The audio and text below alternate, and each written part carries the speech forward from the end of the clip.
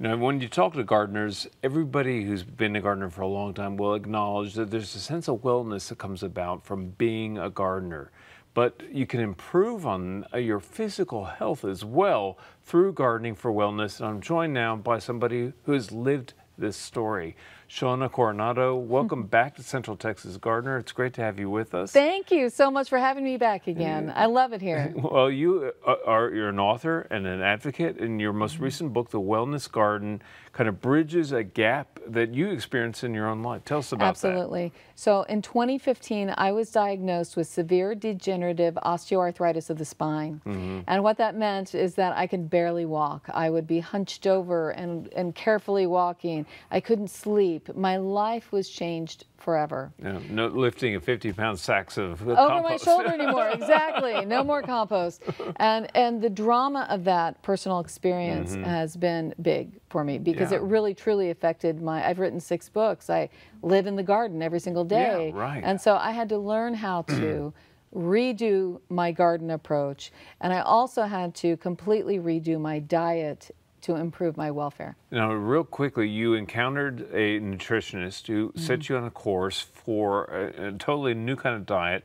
Briefly outline what that diet was and how it impacted your life. Okay, everyone asks for this, and the thing is, it's so simple. It's no grain, no dairy, and no sugar. Okay. And what I did is I went on this diet for 30 days to see what would happen, what would be my reaction. Yeah. And the nutritionist is like, trust me, it's going to be wonderful. And she was absolutely right, because maybe 10 days in, everything changed. My pain went down by 40%. My energy level came up. I no longer suffered from my allergies. I no longer suffered from a lot of pain and heartache that I was having with my back. So it was reducing that inflammation that enables you to breathe, to live more freely, and to certainly move with less pain. Well, and one thing that your book really points out is growing food specifically for your symptoms, in effect, right? Absolutely. And in fact, that was my next big challenge. How can I grow more vegetables that have the nutritional value that I want and I need? And what I found is that, you know, the old adage that colorful vegetables have more nutritional value, that's absolutely true. Sure. And so I did a study to find out what were the vitamin contents within various vegetables and which ones would be better for me to eat. And that's part of what I share in the book, because I want people to be growing the right things to help them with their health. But the other thing is I really wanted people to understand the connection of being outdoors, having more sunlight, feeling better. It's partly gardening, it's partly walking. So I walk every day 1 hour. And in the wintertime, it's very difficult when you're up north to walk, you know, outdoors. This winter in particular. It's so true. And I didn't want to spend money on gym membership. So I would go to the big box stores, no kidding, and I would walk up and down every single aisle. And that usually for like a mega store, that's about 5,000 steps. And so do it 1 hour, 5,000 steps. Here I am every day, and I started feeling better. So then in the summer, I'd be outdoors again with the garden. And in the winter, I'd want someplace flat and smooth to walk. Right. So I think that a part of the whole wellness garden experience is not that it ends when you stop your garden in the fall, that you continue eating right, that you continue walking every day, and it makes truly a big difference. There's the nutritional side of this.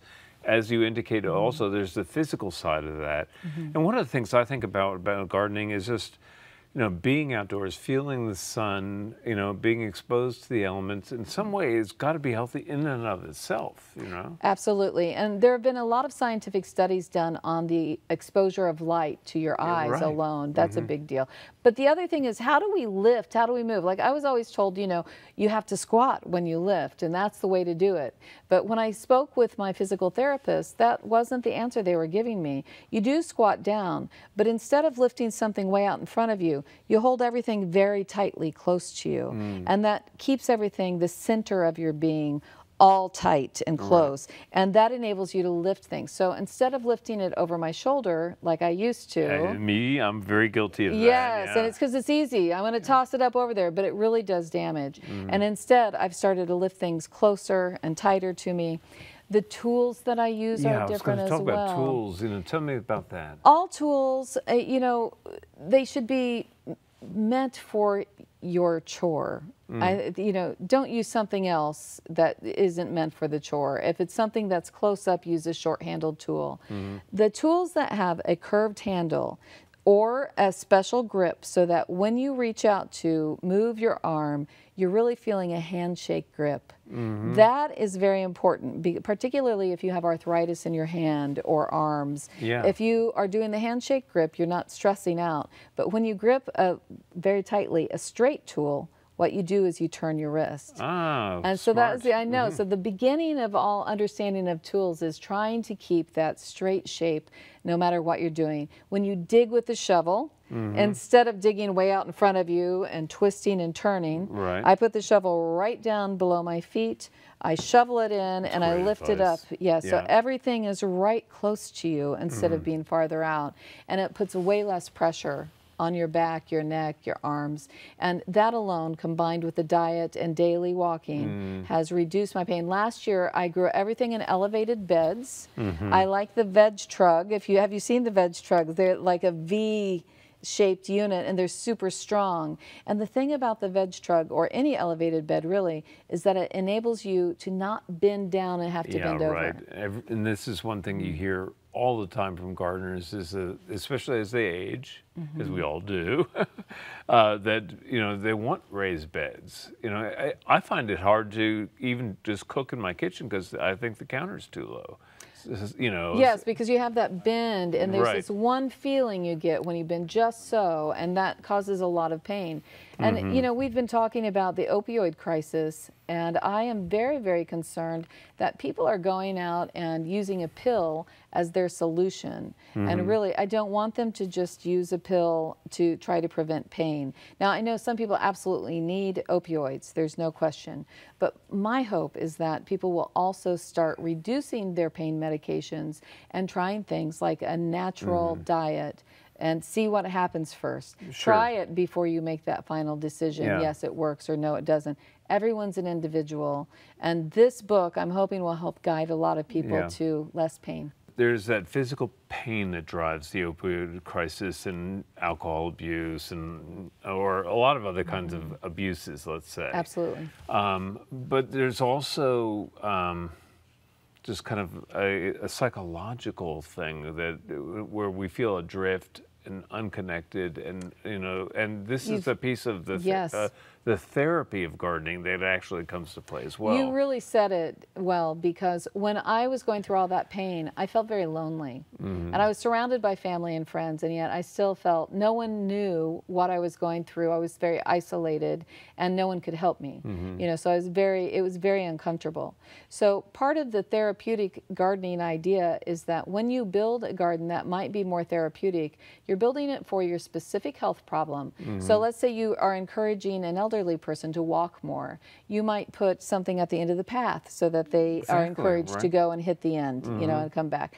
But therapeutic gardening is also about just getting people out to be in community. So a garden encourages more than just one person to be there. And so my hope, too, is that people will get together with their family and their friends and spend more time in the garden as a part of social sharing. Right. Well, I want to say just real briefly that the book is really based on your personal experience. It's not intended to be a medical dispensary of information. Exactly. But you have lived this, and you've had this profound experience as a result. You know, aside from just that physical sense of well-being, tell me what else has changed, you know, in your life that as a result of you think of these activities? Well, the most significant is I've gone off all my prescriptions. So I started out, I had been taking high blood pressure meds for more than 15 years. And within 30 days, my high blood pressure went away. Wow. So I no longer take any prescriptions whatsoever. And if I do have a bad day, remember, I now have I have like 80% less pain. I still have a 20% chance of having a bad day. Right. And if I have a bad day, the worst I might feel, I might take an ibuprofen or some over-the-counter sort of pain relief. But it's very slim and very rare. And that's the goal, is to have less meds. It's less expensive, And frankly, I feel better and look better than I have in 20 years. Yeah. And it's good diet, it's daily exercise, and it's getting out and being with people in a garden. Yeah, and being with Mother Nature too. Yes. That's one of the great gifts. Well, Shauna, thank you so much for sharing your experience and what you've learned through this experience in your great new book. Ah, thanks for having me. Okay, it was a real pleasure. Coming up next is our friend Daphne.